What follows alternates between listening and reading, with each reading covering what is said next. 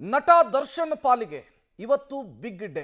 ಜಾಮೀನನ್ನು ಪಡೆದು ಹೊರಗೆ ಬಂದಿರುವಂತಹ ದರ್ಶನ್ ಅವರ ಜಾಮೀನನ್ನು ಪ್ರಶ್ನಿಸಿ ಪೊಲೀಸರು ಸುಪ್ರೀಂ ಕೋರ್ಟ್ನ ಮೊರೆ ಹೋಗಿದ್ರು. ಇವತ್ತು ವಿಚಾರಣೆಯನ್ನ ಕೈಗೆತ್ತಿಕೊಳ್ತಾ ಇದೆ ಸುಪ್ರೀಂ ಕೋರ್ಟ್. ಥೈಲ್ಯಾಂಡ್ನಲ್ಲಿರುವಂತಹ ನಟ ದರ್ಶನ್ಗೆ ಸಹಜವಾಗಿಯೇ ಟೆನ್ಷನ್. ಚಿತ್ರದುರ್ಗದ ರೇಣುಕಾಸ್ವಾಮಿ ಕೊಲೆ ಪ್ರಕರಣ, ನಟ ದರ್ಶನ್ ಬೇಲ್ ರದ್ದು ಮಾಡಬೇಕು ಅಂತ ಹೇಳಿ ಪೊಲೀಸರು ಅರ್ಜಿ ಹಾಕಿದ್ದಾರೆ. ಸುಪ್ರೀಂ ಕೋರ್ಟ್ನ ದ್ವಿಸದಸ್ಯ ಪೀಠದಲ್ಲಿ ಇವತ್ತು ಅರ್ಜಿ ವಿಚಾರಣೆ. ದರ್ಶನ್, ಪವಿತ್ರ ಸೇರಿ ಇತರ ಆರೋಪಿಗಳ ಬೇಲ್ ಭವಿಷ್ಯ ನಿರ್ಧಾರವಾಗುತ್ತೆ. ಹಾಗಾಗಿ ನಟ ದರ್ಶನ್ ಸೇರಿ 17 ಜನ ಆರೋಪಿಗಳಿಗೂ ಕೂಡ ಲಬ್ ಡಬ್ ಶುರುವಾಗಿದೆ. ಸುಪ್ರೀಂ ಕೋರ್ಟ್ನಲ್ಲಿ ಜಾಮೀನು ಭವಿಷ್ಯ ಏನಾಗುತ್ತೆ ಎನ್ನುವಂತಹ ಟೆನ್ಷನ್ ಕಾಡ್ತಾ ಇದೆ. ಈಗಾಗಲೇ 131 ದಿನಗಳ ಕಾಲ ಜೈಲಿನಲ್ಲಿದ್ದು ಷರತ್ತುಬದ್ಧ ಜಾಮೀನನ್ನು ಪಡೆದು ಹೊರಬಂದು ದಾಸ ಶೂಟಿಂಗ್ನಲ್ಲೂ ಕೂಡ ಭಾಗಿಯಾಗ್ತಾ ಇದ್ದಾರೆ. ಶೂಟಿಂಗ್ನ ನಿಮಿತ್ತವೇ ಥೈಲ್ಯಾಂಡ್ಗೂ ಕೂಡ ಹೋಗಿದ್ದಾರೆ. ಈ ಬೆನ್ನಲ್ಲೇ ದರ್ಶನ್ ಅವರ ಜಾಮೀನನ್ನು ರದ್ದುಗೊಳಿಸಬೇಕು, ಷರತ್ತನ್ನ ದರ್ಶನ್ ಉಲ್ಲಂಘಿಸಿದ್ದಾರೆ ಅಂತ ಹೇಳಿ ಪೊಲೀಸರು ಸುಪ್ರೀಂ ಕೋರ್ಟ್ನ ಮೊರೆ ಹೋಗಿದ್ರು.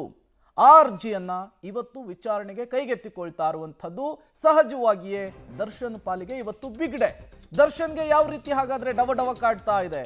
ಚಿತ್ರದುರ್ಗದ ರೇಣುಕಾಸ್ವಾಮಿ ಕೊಲೆ ಪ್ರಕರಣದಲ್ಲಿ A2 ಆರೋಪಿ ದರ್ಶನ್, A1 ಆರೋಪಿ ಪವಿತ್ರ 131 ದಿನಗಳ ಜೈಲು ವಾಸದ ಬಳಿಕ ದರ್ಶನ್ಗೆ ಷರತ್ತುಬದ್ಧ ಜಾಮೀನನ್ನ ಕೋರ್ಟ್ ಮಂಜೂರು ಮಾಡಿತ್ತು.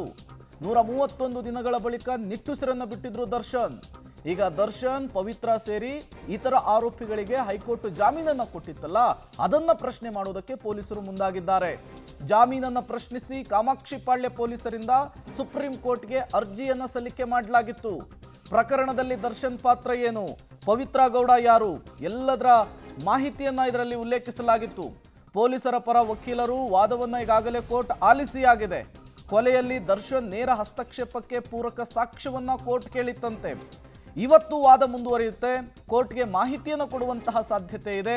ಜಾಮೀನು ಪಡೆದು ಶೂಟಿಂಗ್ನಲ್ಲಿ ಭಾಗಿಯಾಗಿರುವ ಹಿನ್ನೆಲೆಯಲ್ಲಿ ವಿದೇಶಕ್ಕೆ ದರ್ಶನ್ ಹೋಗಿದ್ದಾರೆ. ವಿದೇಶಕ್ಕೆ ಹೋದ್ರೂ ಕೂಡ ದರ್ಶನ್ಗೆ ಈ ಟೆನ್ಷನ್ ಅನ್ನೋದು ತಪ್ಪಿದ್ದಲ್ಲ ಅನ್ನೋದು ಗೊತ್ತಾಗ್ತಾ ಇದೆ. ಯಾಕೆಂದ್ರೆ ಇವತ್ತು ದರ್ಶನ್ ಜಾಮೀನು ಭವಿಷ್ಯವನ್ನ ನಿರ್ಧರಿಸುವಂತಹ ಸಾಧ್ಯತೆ ಇದೆ.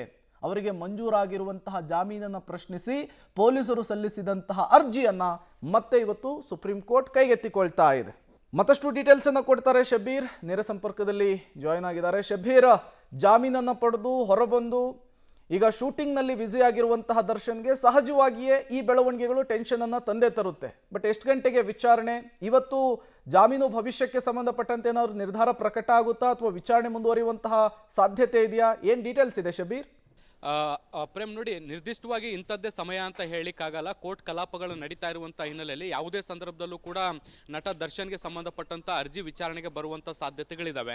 ನ್ಯಾಯಮೂರ್ತಿ JB ಪಾದ್ರಿವಾಲಾ ನೇತೃತ್ವದ ದ್ವಿಸದಸ್ಯ ಪೀಠದಲ್ಲಿ ಈ ಒಂದು ಅರ್ಜಿ ವಿಚಾರಣೆಯನ್ನು ನಡೆಸಲಾಗ್ತಾ ಇರುವಂಥದ್ದು. ಮುಖ್ಯವಾಗಿ ಕಳೆದ ಬಾರಿ ಕೂಡ ಒಂದಿಷ್ಟು ಪ್ರಾಥಮಿಕ ವಿಚಾರಣೆಯನ್ನು ನಡೆಸಲಾಗಿತ್ತು. ಈ ಸಂದರ್ಭದಲ್ಲಿ ಇಡೀ ಪ್ರಕರಣಕ್ಕೂ ಮತ್ತು ನಟ ದರ್ಶನ್ಗೆ ಯಾವ ರೀತಿಯಾದಂಥ ಸಂಬಂಧ ಇದೆ ಅನ್ನೋದಕ್ಕೆ ಸಂಬಂಧಪಟ್ಟಂತೆ ಒಂದಿಷ್ಟು ಪ್ರಾಥಮಿಕ ಪ್ರಶ್ನೆಗಳನ್ನು ಕೇಳಿ ಸ್ಪಷ್ಟನೆಯನ್ನು ಪಡೆಯುವಂತ ಕೆಲಸವನ್ನ ಸುಪ್ರೀಂ ಕೋರ್ಟ್ ಮಾಡಿತ್ತು.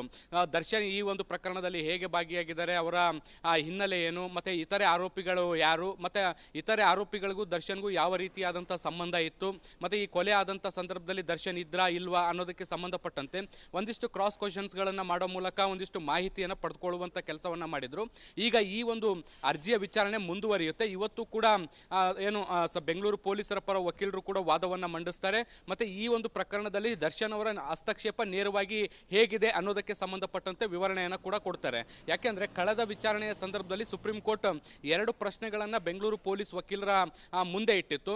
ಮುಖ್ಯವಾಗಿ ದರ್ಶನ್ ಈ ಒಂದು ಪ್ರಕರಣದಲ್ಲಿ ಹೇಗೆ ಭಾಗಿಯಾಗಿದ್ದಾರೆ ಅನ್ನುವಂಥದ್ದು ಒಂದು, ಭಾಗಿಯಾಗಿದ್ದರೆ ಅದಕ್ಕೆ ನೇರವಾದಂತಹ ಸಾಕ್ಷ್ಯಗಳಿದಾವ, ಹಸ್ತಕ್ಷೇಪ ಮಾಡಿದ್ರಕ್ಕೆ ಆಧಾರಗಳಿದಾವ ಅನ್ನುವಂಥದ್ರ ಬಗ್ಗೆ ಮಾಹಿತಿಯನ್ನು ಕೊಡಬೇಕು ಅನ್ನುವಂಥ ನಿಟ್ಟಿನಲ್ಲಿ ಸೂಚನೆಯನ್ನು ಕೊಟ್ಟಿತ್ತು. ಸೊ ಹಾಗಾಗಿ ಇವತ್ತಿನ ವಿಚಾರಣೆಯ ಸಂದರ್ಭದಲ್ಲಿ ಈ ಒಂದು ಎಲ್ಲ ಅಂಶಗಳಿಗೆ ಸಂಬಂಧಪಟ್ಟಂತೆ ಮಾಹಿತಿಯನ್ನು ಕೊಡುವಂತ ಸಾಧ್ಯತೆಗಳನ್ನು ನಿರೀಕ್ಷೆ ಮಾಡಬಹುದು. ಈಗಾಗಲೇ ಬೆಂಗಳೂರು ಪೊಲೀಸರು ಹೇಳಿದ್ದಾರೆ 3 ಸೆಕೆಂಡ್ನ ಒಂದು ವಿಡಿಯೋ ಇದೆ ಅನ್ನುವಂಥ ನಿಟ್ಟಿನಲ್ಲಿ ಮಾಹಿತಿಯನ್ನು ಸುಪ್ರೀಂ ಕೋರ್ಟ್ಗೆ ಕೊಟ್ಟಿದ್ರು. ಮತ್ತೆ ಕೆಲವೊಂದಿಷ್ಟು ವಾಟ್ಸಪ್ ಚಾಟ್ಗಳು ಇದಕ್ಕೆ ಪೂರಕವಾಗಿ ಆಧಾರವಾಗಿ ಇಟ್ಕೊಂಡಿದ್ದೀವಿ. ಕೊಲೆ ನಡೆಯುವಂಥ ಸಂದರ್ಭದಲ್ಲಿ ಮತ್ತೆ ಕೊಲೆ ಆದಂಥ ಸಂದರ್ಭದಲ್ಲಿ ಕೊಲೆ ನಡೆದಂಥ ಸ್ಥಳದಲ್ಲಿ ಇದ್ದಂಥ ಆರೋಪಿಗಳೆಲ್ಲರೂ ಕೂಡ ನಟ ದರ್ಶನ್ನ ಸಂಪರ್ಕದಲ್ಲಿ ಇದ್ರು ಅನ್ನುವಂಥದ್ದು ಕೂಡ ಗೊತ್ತಾಗ್ತಾ ಇರುವಂಥದ್ದು. ಈ ಎಲ್ಲ ಟೆಕ್ನಿಕಲ್ ಎವಿಡೆನ್ಸ್ಗಳನ್ನು ಕೋರ್ಟ್ ಮುಂದೆ ಇಡುವಂಥ ಪ್ರಯತ್ನವನ್ನು ಕೂಡ ಈಗ ಬೆಂಗಳೂರು ಪೊಲೀಸರ ಪರ ವಕೀಲರು ಮಾಡ್ತಾ ಇದ್ದಾರೆ. ಈ ಒಂದು ವಾದವನ್ನು ಆಲಿಸಿದ ಬಳಿಕ ಮುಂದಿನ ಹಂತದಲ್ಲಿ ನಟ ದರ್ಶನ್ ಪರ ವಕೀಲರ ವಾದವನ್ನು ಕೂಡ ಆಲಿಸುವಂತ ಸಾಧ್ಯತೆಗಳನ್ನು ನಿರೀಕ್ಷೆ ಮಾಡಬಹುದು. ವಾದ ಮತ್ತೆ ಪ್ರತಿವಾದವನ್ನ ಕೇಳಿದ ಬಳಿಕ ಆದೇಶವನ್ನ ಕಾಯ್ದಿರಿಸುವಂತ ಸಾಧ್ಯತೆಗಳಿದಾವೆ. ಇವತ್ತೇ ಆದೇಶ ಬರುವಂತದ್ದು ಡೌಟ್. ಯಾಕೆಂದ್ರೆ ಸುದೀರ್ಘವಾದಂತ ವಿಚಾರಣೆ ಇನ್ನು ಬಾಕಿ ಇರುವಂತ ಹಿನ್ನೆಲೆಯಲ್ಲಿ ಬಹುಶಃ ಇನ್ನೊಂದು 2-3 ಹೇರಿಂಗ್ಗಳ ಬಳಿಕ ಈ ಒಂದು ಪ್ರಕರಣಕ್ಕೆ ಸಂಬಂಧಪಟ್ಟಂತೆ ಒಂದು ಆದೇಶವನ್ನ ಸುಪ್ರೀಂ ಕೋರ್ಟ್ ಕೊಡಬಹುದು. Prem. Okay, thank you Shabir ತಮ್ಮೆಲ್ಲ ಮಾಹಿತಿಗಾಗಿ.